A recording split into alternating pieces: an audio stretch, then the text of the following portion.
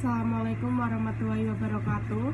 Perkenalkan, kami dari kelompok 1 akan mempresentasikan hasil diskusi kami dengan judul karakteristik akuntansi manajemen.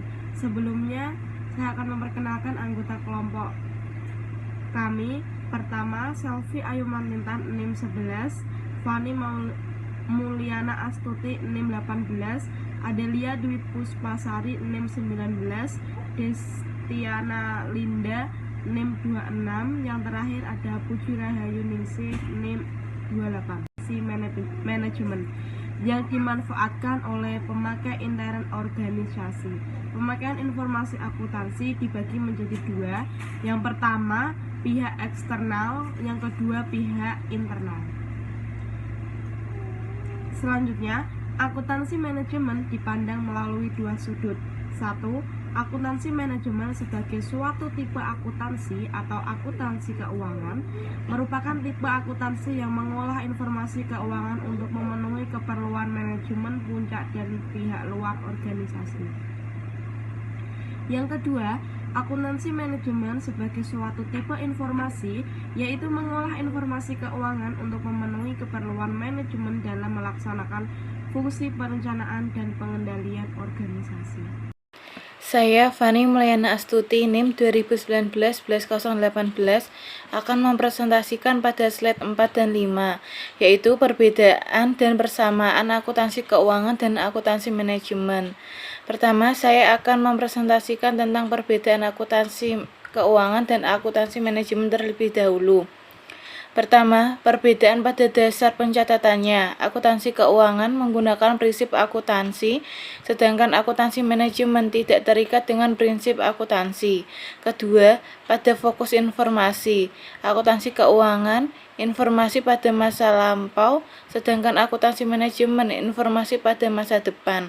Ketiga, lingkup informasi. Akuntansi keuangan mengolah dan menyajikan informasi keuangan perusahaan secara keseluruhan, sedangkan akuntansi manajemen mengolah dan menyajikan informasi keuangan bagian-bagian suatu perusahaan untuk memenuhi keperluan manajer.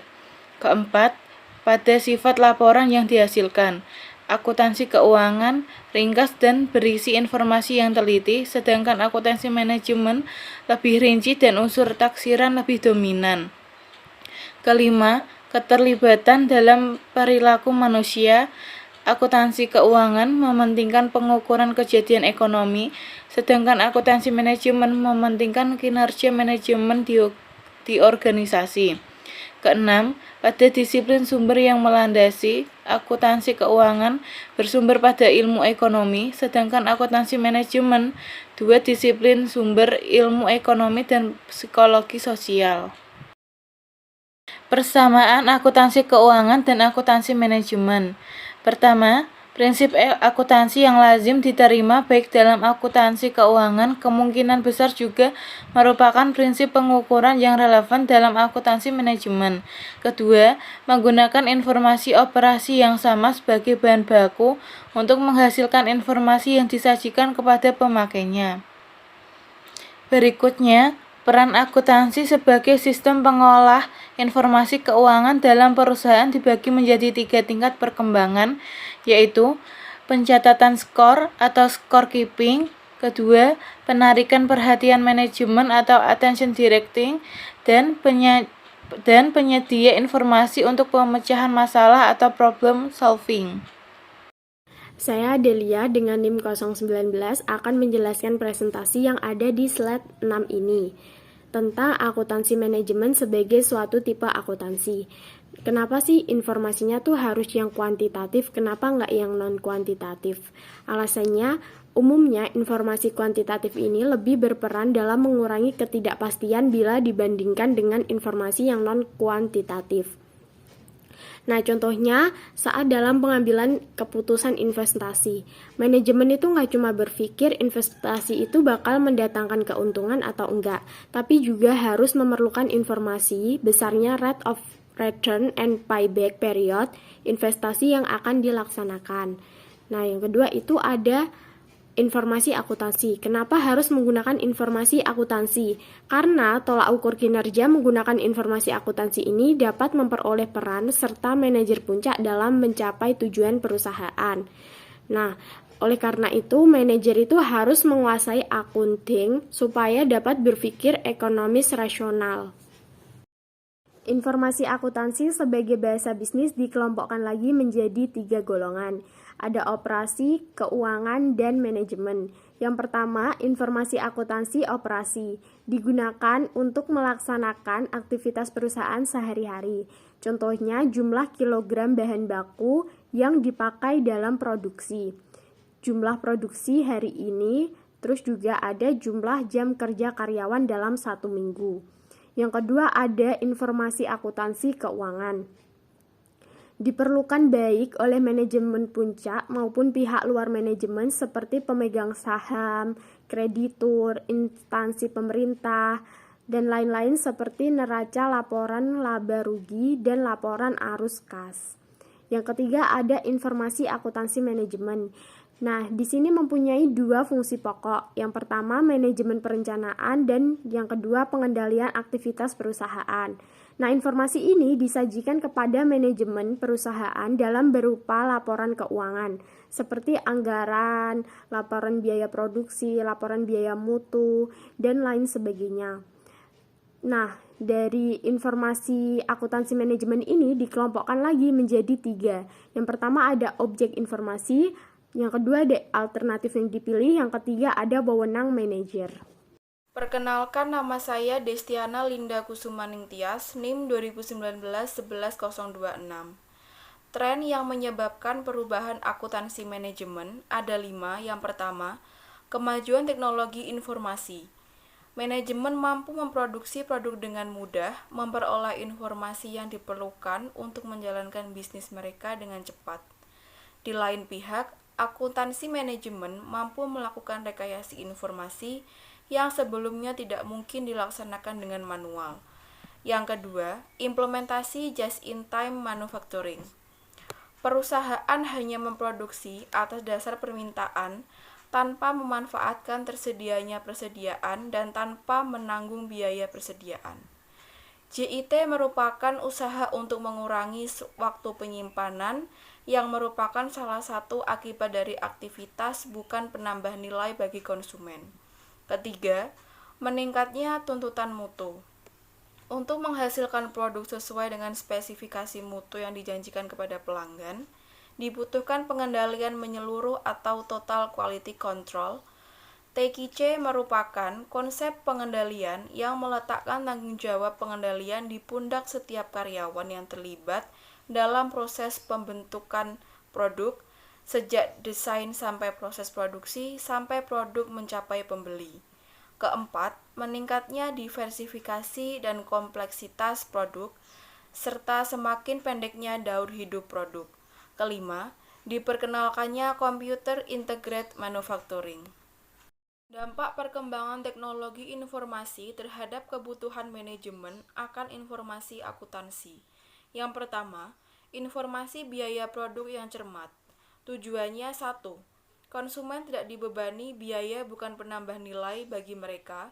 Kedua, laba yang diperoleh perusahaan yang memasuki persaingan global dan tajam adalah rendah, sehingga hanya perusahaan-perusahaan yang cost efektif saja yang mampu bertahan dan berkembang dalam situasi persaingan semacam ini.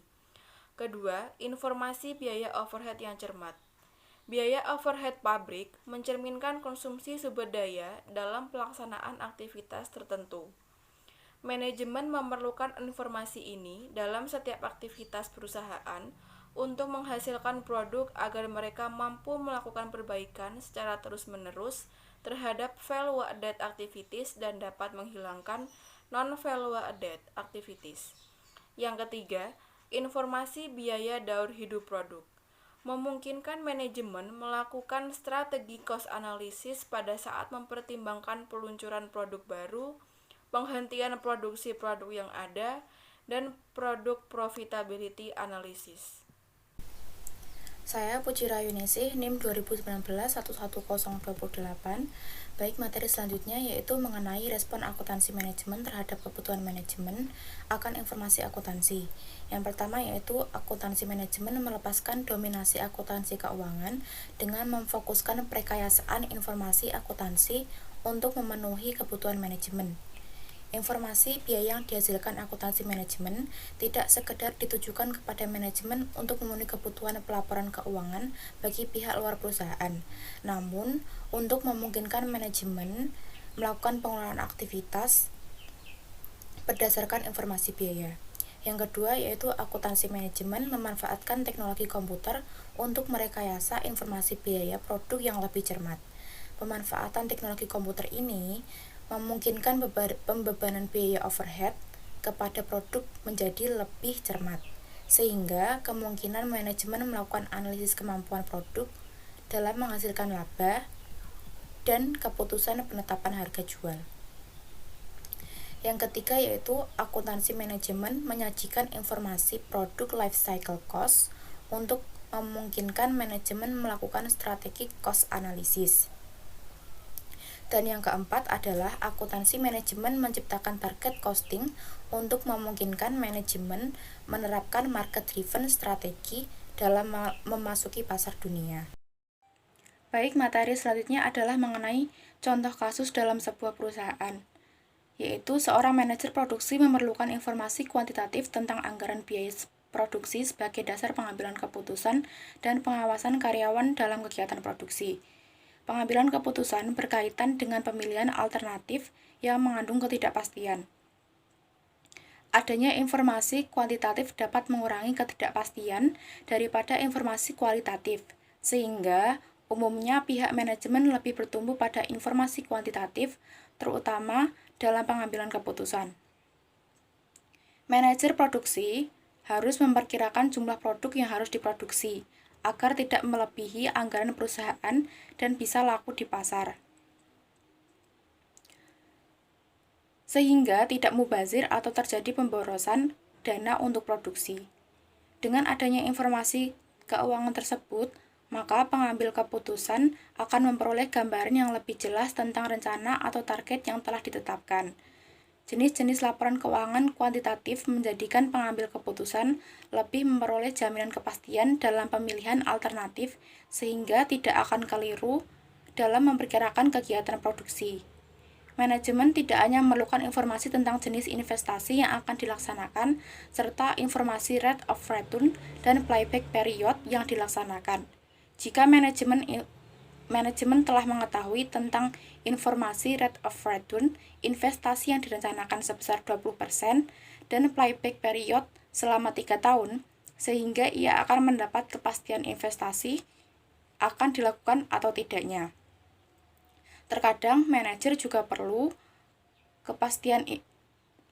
informasi tentang manfaat reksadana sebagai alternatif pilihan investasi. Baik, sekian presentasi dari kelompok kami.